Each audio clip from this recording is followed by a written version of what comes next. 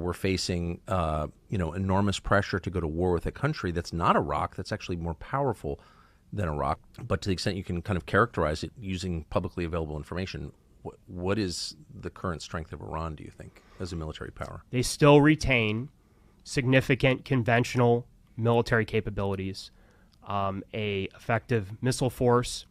They have effective proxies in Iraq. They have a very effective drone program. And those things, I think the Iranian missile force, more than even a potential nuclear program, and this is based on their experience in the Iran-Iraq war, they very much view their missile force as their ultimate guarantor of regime and national survival. And again, that goes back to their experience in the Iran-Iraq war. And so that is a big reason why they have invested so heavily in developing missiles, drones, cruise missiles, and things like that that can strike all across the region. And that is really the real threat. It sounds to me like people who've thought a lot about this have reached the conclusion that if we were to participate in a strike on their nuclear facilities, lots of Americans would die.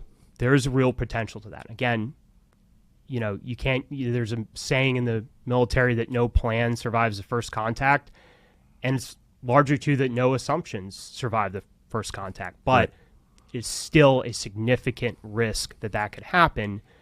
And I think it's fair to say is that is weighing in the calculus of a lot of people in the administration. A war with Iran risks being incredibly costly in terms of lives and dollars and instability in the Middle East. Lives and dollars, American lives, American dollars. The lives of Americans, the lives of Iraqis, of Saudis, of Bahrainians, of Israelis, Emiratis, yes, of Israelis, and of course Iranians.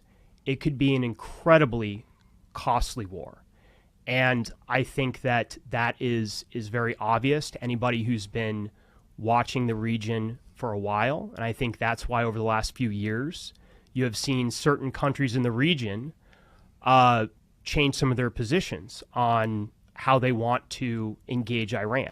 They also recognize that a war for them would be extremely costly. And so they're trying to adopt a different posture. And that's a recognition on their end of the costs that a potential full-out war with Iran could have. And I think the president, vice president, they know this. And that is why they are making sure they're prioritizing diplomacy. I saw a graphic the other day that showed the number of U.S. military installations in that region around the Persian